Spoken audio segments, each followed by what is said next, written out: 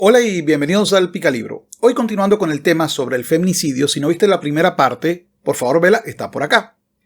La primera se trató del punto de vista moral. Esta va a ser el problema del punto de vista legal. Para que se pueda hablar de delitos, normalmente se debe de cumplir una serie de requisitos que están previstos en la teoría general del delito. Sobre ese tema ya hice un video que está por acá.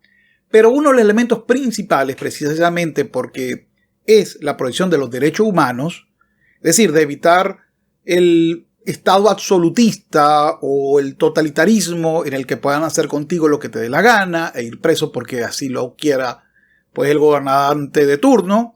Entonces se fue creando toda una visión del mundo penal, de las normas penales, de los delitos. Y hubo dos principios bases. La tipicidad, que significa no es delito, sino aquello que está estrictamente previsto en la ley penal, sin que el juez pueda ponerse pues a interpretar mucho. Tal cual como está prevista la conducta es lo que se pena. Y la otra parte tiene que ver mucho con el ejercicio. Los que hemos ejercido derecho y vamos a un tribunal sabemos que la parte de la motivación es de imposible prueba. Yo no puedo probar esto, ya lo he dicho en muchos videos, yo no puedo probar lo que tú sientes.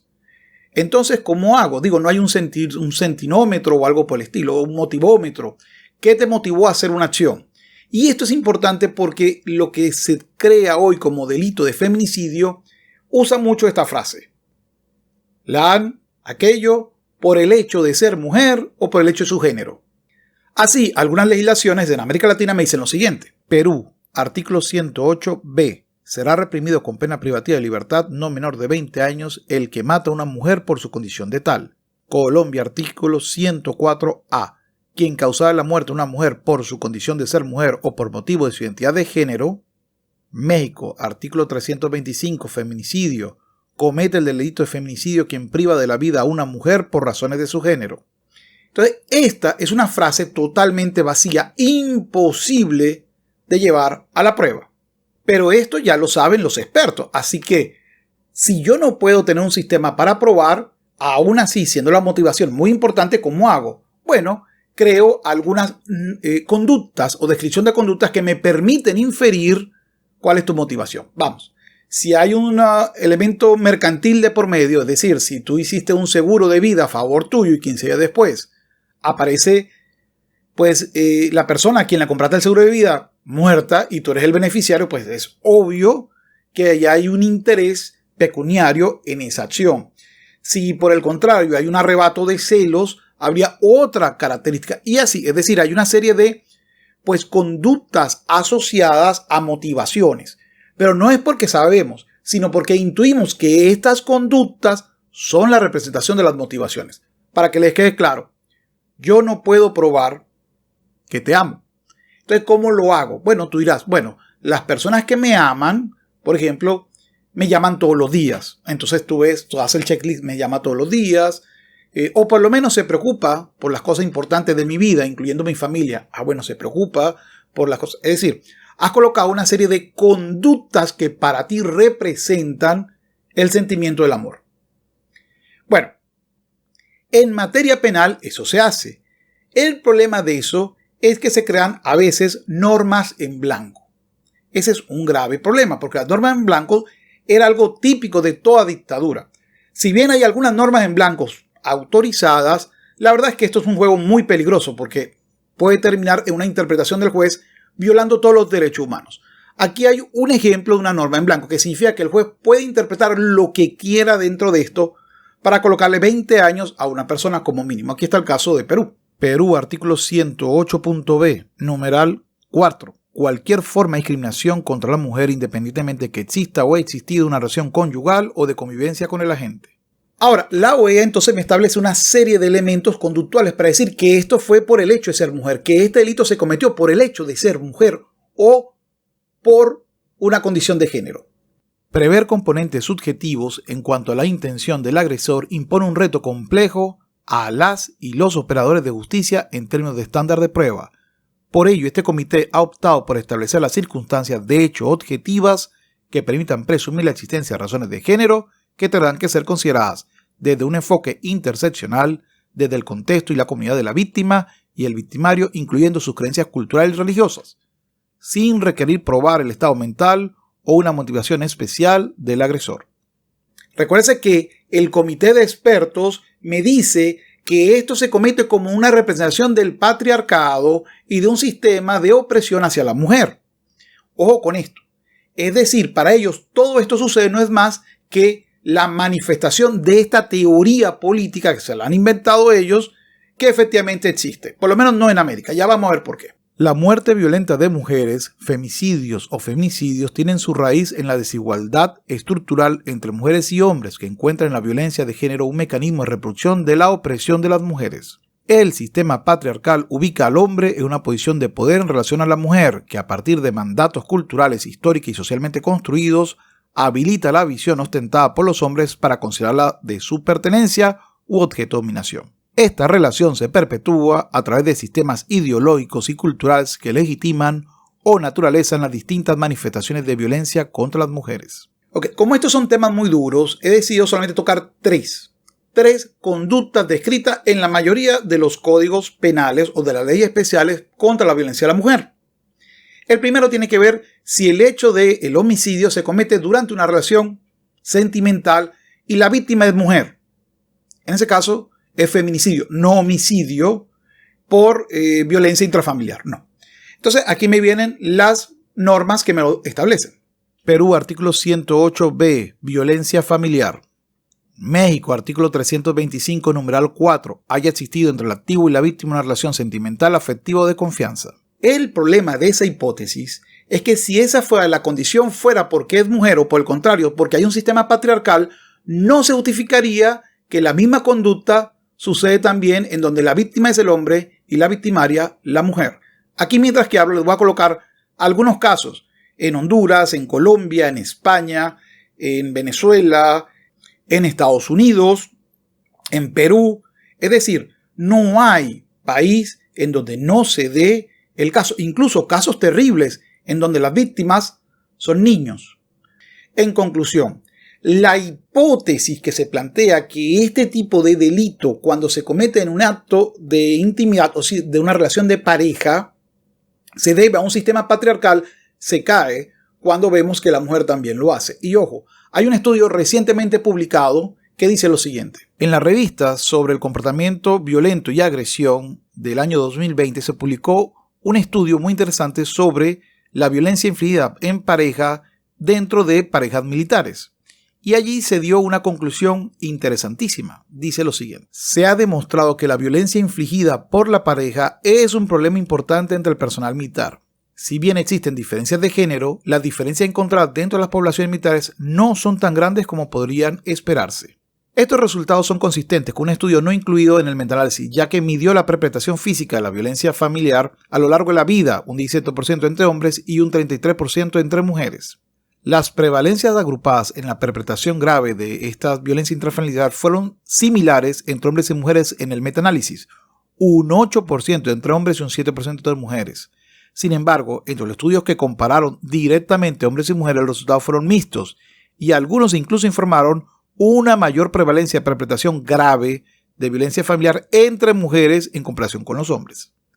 En ambos estudios, la prevalencia de la violencia intrafamiliar clínicamente significativa entre hombres y mujeres fue similar, lo que sugiere que el personal militar masculino y femenino tiene la misma probabilidad de perpetrar violencia intrafamiliar, resultando en lesiones.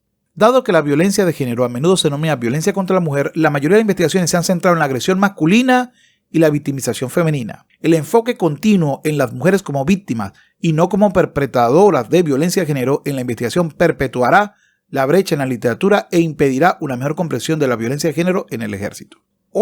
Es decir, que en vez de resolver un problema, se han inventado un problema, han creado una legislación que crea problemas y que en vez de bajar la cifra la van a aumentar porque están inventando un sistema que resuelve un problema que no existe.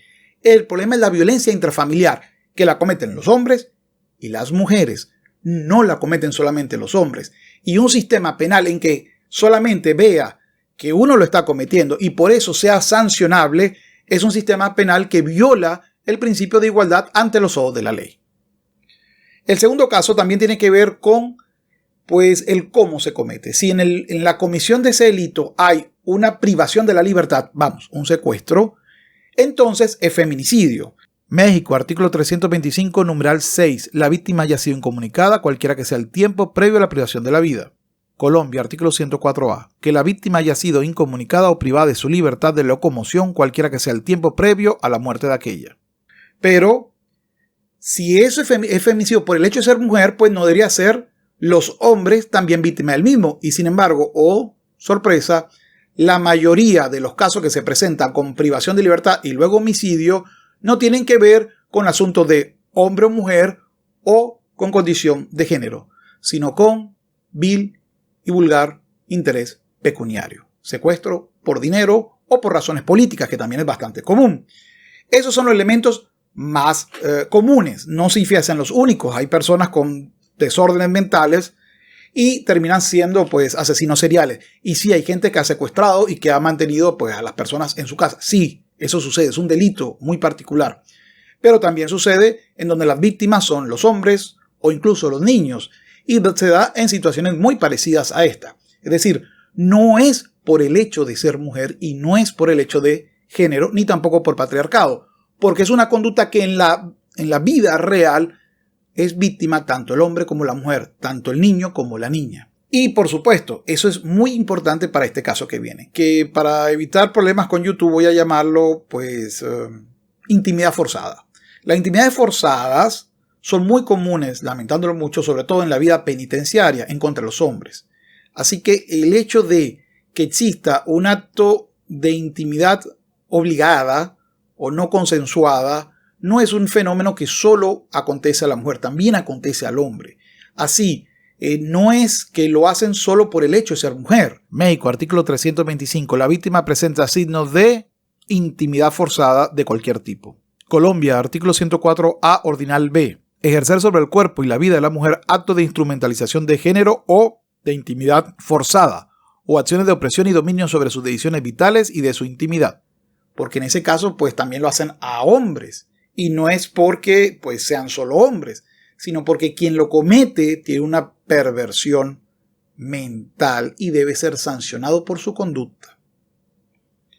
Así podemos encontrar muchísimos casos, incluso actores famosos, que efectivamente pues, han sido víctimas de este tipo de delitos, en donde son víctimas no por un sistema de patriarcado dominante, ni tampoco por un sistema en el que se le trata como mujer, sino porque son actos de violencia social que deben tener una respuesta un poco más inteligente para atacar o resolverlo. Les pongo un ejemplo. Coloquen su país desde cuándo se colocó esta ley especial o estos delitos especiales y vean a ver si hubo un descenso en los casos de femicidio o un aumento. Yo apuesto que la gran mayoría presenta un aumento, porque vuelvo y repito, en vez de resolver un problema se creó un problema judicial y en vez de resolver o buscar mecanismos para que haya menor cantidad de violencia intrafamiliar, pues se ha creado un sistema en donde el Estado le crea a una parte pero no a la otra, que condena a una parte y en vez de crear sistemas de mayor adaptabilidad en la pareja, han creado un sistema de mayor presión en la pareja. Cualquier persona que te denuncie puede hacerte incluso perder la patria potestad de los hijos tuyos y que no sean de ella. Te coloco un ejemplo de lo que dice la OEA. Artículo 10. Suspensión de la patria potestad, guardia y tenencia. Cualquier padre sujeto a proceso penal por los delitos de feminicidio, inducción al suicidio consumado o en grado de tentativa queda suspendido en el ejercicio de la patria potestad de los hijos, sean o no hijos o hijas de la víctima, hasta la resolución definitiva del proceso penal. La patria potestad la ejercerá temporalmente quien corresponda de acuerdo al interés superior de la niñez. Esto es terrible, pero no solamente eso, sino que además dentro de la ley modelo de la OEA vienen disfrazadas algunas solicitudes administrativas que son como mínimo sospechosas. Artículo 26. Medidas de política pública de prevención. D. Instruir las medidas necesarias para regular la posesión y el uso de armas de fuego para evitar la comisión de delitos enumerados en esta ley. A. Mantener registro accesible de femicidios o femicidios que incluyan las características sociodemográficas de las víctimas y los agresores. F. Realizar capacitación obligatoria en derechos humanos desde una perspectiva de género para los fiscales y otros funcionarios que intervengan directo o indirectamente en la investigación de los femicidios. G. Desarrollar campaña de concientización e información para prevenir la violencia contra las mujeres y los femicidios o feminicidios, sus causas y consecuencias, haciendo énfasis en la modificación de los patrones estereotipados de comportamiento y prácticas sociales y culturales basados en concepto de inferioridad o subordinación de las mujeres en las esferas privada y pública. H, ojo con esta, estableció un sistema nacional de alerta de género coordinado por el Poder Ejecutivo para ejecutar acciones gubernamentales de emergencia obligatorias para controlar y erradicar el femicidio o el feminicidio. En fin, este es un tema muy delicado. He tratado de concentrarme solo en aquello en donde creo que el algoritmo no me va a castigar muy duro por hablar del tema, pero creo que es hora de hablarlo. Vean las causales y vean, recuérdense que están diciendo que esto se hace por el hecho de ser mujer y que ante los ojos de los expertos en la materia, expertos entre comillas en la materia, se dice que esta violencia contra la mujer se debe a un sistema de dominación patriarcal. Y sin embargo, todas las cifras de realidad te están diciendo que no es cierto, que también la mujer forma parte de estos actos como victimaria, es decir, como persona que comete actos violentos, y que el hombre también es víctima de estos procesos, sean estos hechos por hombres o hechos por mujeres. Y se ha creado un sistema que no solamente en vez de mejorar ha empeorado las posibilidades de relación de pareja. Por consiguiente, vuelvo y repito, la consecuencia predecible de esto es que va a haber cada vez un aumento mayor de violencia entre familia o intrafamiliar, porque la ley ha creado un sistema en el cual el hombre es culpable de todo y la mujer es obviamente inocente ante todo. Y así los números lo van a decir porque están creando toda una burocracia para sostener esta hipótesis que la realidad viene a desmentir. Este es un tema muy complicado y bueno, YouTube es muy delicado con esto, así que quiero agradecer mucho a mis Patreon que me permiten seguir tocando estos temas que vienen a continuación.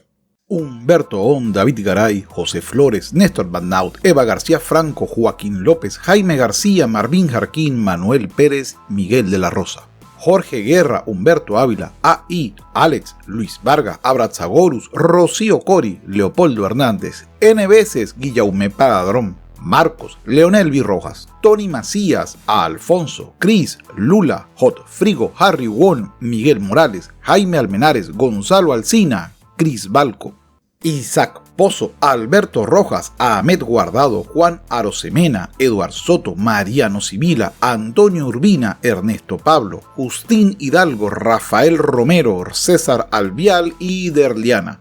Muchísimas gracias por su apoyo al canal. Bueno, quiero agradecerte si has llegado hasta acá e invitarte a mis canales secundarios que son Capitán Cultura y el Picalibro Live. El Picalibro Live son reseñas o extractos de en vivos que hago en el canal principal o en la otra red social, que también tengo un canal que te invito a que vayas a verlo por allá. Es todo por hoy. No dejes que otro piense por ti. Sapere aude y hasta luego.